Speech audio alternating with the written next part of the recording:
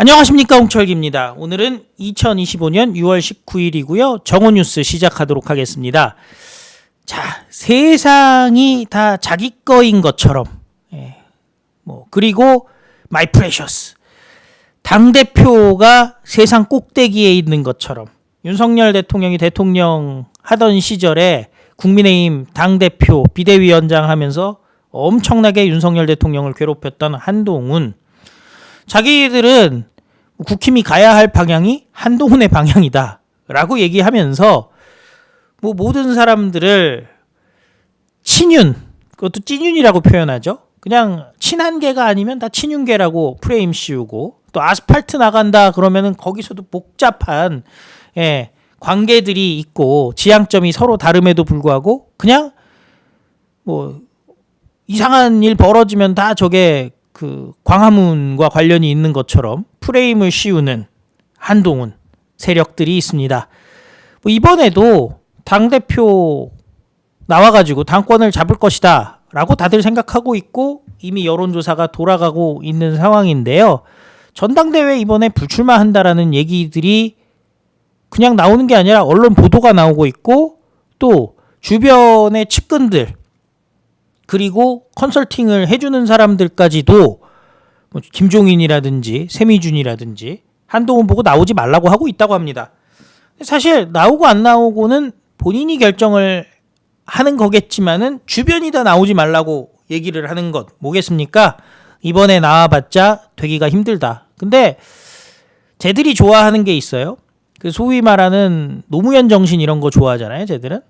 그러면 지들해도 나와서 싸워봐야죠. 근데 매번 이제 그 대통령 후보도 지고 나서 또 지게 되면은 자기네들이 얘기했던 국민들이 자기네들을 원한다, 국민 눈높이다, 이게 다 망가지게 되는 거고, 지금 원내대표도 지들이 졌지 않습니까? 송원석이 이기고 김성원이 졌는데, 친한계가 졌는데, 이 방향으로 가다 보면은 자기들이 뿔뿔이 흩어지거나 와해될 수밖에 없다는 위기감, 한동훈 갖고는 안 된다라는 생각들에 대한 그 생각들이 한동훈에게 지금은 때가 아니다 라는 식으로 얘기를 하는 거죠. 자, 그런데 일단 뉴스를 소개해 드리고 말씀드리겠습니다만은, 그럼 자기네들 말 자체에 모순이 생깁니다. 한동훈만이 보수 정치를 회복시킬 수 있는 사람이다 얘기하면서 지금은 때가 아니다? 이미 다 망했는데요. 그냥 나와가지고 확실하게 국민과 당원에게 평가를 받는 게 맞지 않겠습니까? 자, 어쨌든 대선 패배, 예전 총선 패배, 모든 게 다 자기 책임이 아니라고 얘기하면서 계속 나왔던 한동훈이 이제는 방법이 없어서 도망을 선택하는 거 아니냐라는 얘기가 나오고 있습니다. 자, 문화저널 21에서는 기사가 이렇게 딱 나왔는데요. 한동훈 전 대표, 한동훈이가 전당대회 불출마를 고심하고 있다. 측근 만류에 갈팡질팡. 굉장히 중요한 표현입니다. 갈팡질팡. 갈팡질팡이라는 표현은 결국 무슨 표현이냐? 생각에 중심이 없다는 거죠. 흔들리는 거죠. 갈대와 같다라는 겁니다. 지도자로서의 덕목에서 최악이라고 할 수 있는 게 바로 갈팡질팡, 와리가리 아니겠습니까? 자, 실제로 이런 기사도 또 나옵니다. 친한계 한동훈 전당대회 출마 말리고 있다. 왜? 그래서 이 기사들을 종합해 보면 이렇습니다. 친한계로 분류되는 국민의힘 정성국 의원입니다. 한동훈이 만약 출마를 한다면은 가능성이 높지만 지금은 제일 복잡해졌습니다. 의견들이 5대5라고 봤는데 요즘은 주변에서 출마하지 말라는 얘기를 많이 하는 것 같습니다. 예를 들어 우리 당이 김용태의 개혁안을 받아들이는 태도를 보인다든지, 또는 원내대표 선거에서 송원석 후보가 당선되더라도 치열한 접전이 있었다든지, 이런 식으로 당의 변화가 느껴지는 상황에서 한동훈이 등편하면은 우리가 새로운 미래를 열 수 있다는 기대감을 줄 수 있다. 이게 무슨 얘기겠어요? 이길 판에 들어가겠다라는 건데요. 매번 지면서 지금 국민의힘의 그 핵심 코어에서 한동훈을 비토하고 있는데 도전을 안 하고 이번 판은 아닙니다, 더 망하는 걸 기다리겠습니다. 말 같지도 않은 얘기인 거죠. 자기네들이 당을 살리겠다고 해놓고서는 이번 판에선 빠지겠습니다. 말 같지도 않은 얘기입니다. 그래서 지금 한동훈이 나와야 한다고 하겠지만 정성국 얘기예요. 지금부터는 당내 분위기가 아직까지 많이 과거에서 벗어나지 못한다는 느낌을 주고 있다. 한동훈이야말로 윤석열 대통령 때문에 출세한 사람인데 한동훈을 선택하면은 친윤과 윤석열 대통령과 선을 긋고 미래로 나갈 수 있다. 그 자체가 말이 안 되는 얘기죠. 자, 그러면서 한동훈이 나와서 이런 당을 이끌어가는 거에 얼마나 힘들까 저항하는 부분이 있을 수 있다. 당장 내년에 지방선거를 해야 하는데 지금 이재명 정부가 아마 1년 동안 좀 잘하려고 할 것 같다.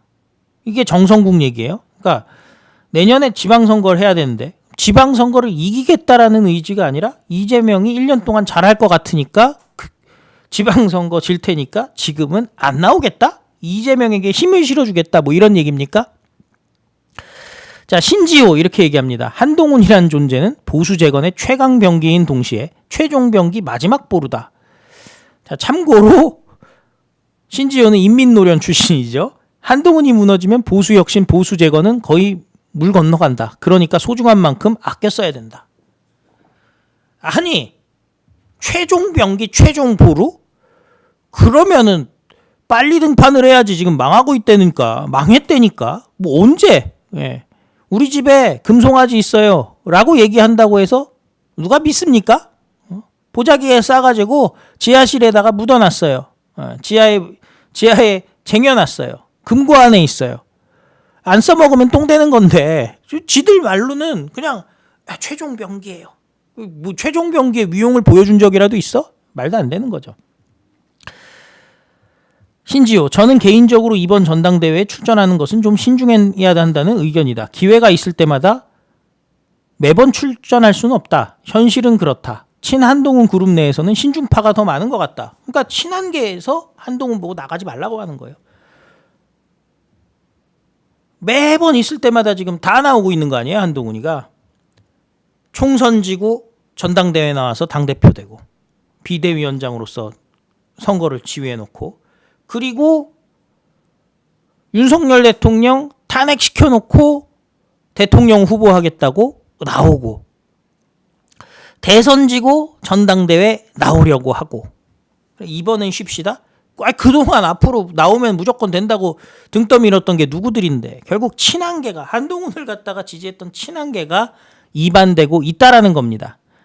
그래서 지금 측근들이 공천권을 지방선거에서 당대표가 되더라도 행사하기 힘들 테니까 이번은 그냥 패스해버리자? 그러면서 이런 얘기들을 한대요. 측근 의원. 지금처럼 라이브 방송으로 국민과 접점을 넓히고 딱딱한 이미지를 바꾸는 편이 유리하다.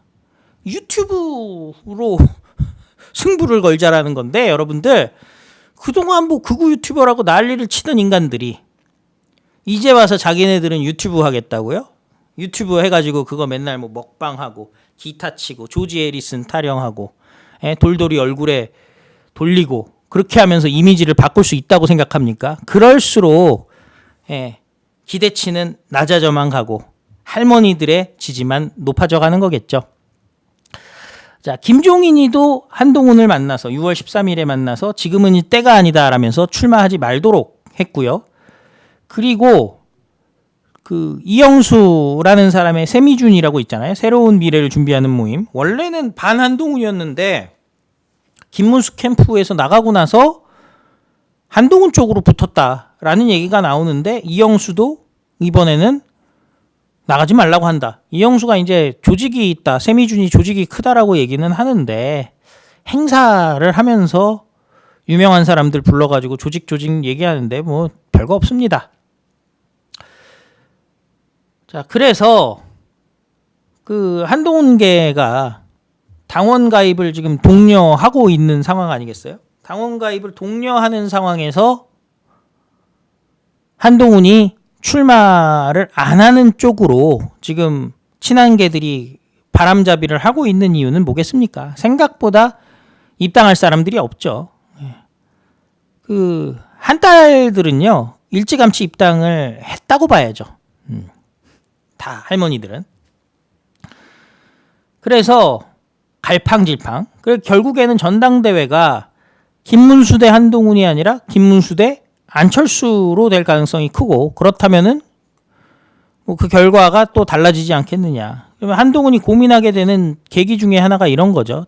여론조사에서 밀리고 있어요. 전체 여론조사에서 20대 16, 4% 정도 차이 나는데 문제는 그 내용입니다. 어쨌든 역선택 방지 조항이 들어갈 텐데, 그렇게 되면은 국힘 지지층에서 김문수 42, 한동훈 22.7이죠. 그리고 무당층에서는 비슷하게 나온다. 보수에서는 김문수 27, 한동훈 22 뭐 이렇게 나오는데, 결국에는 당원 투표에서도 김문수가 유리하고 역선택 방지 조항이 포함된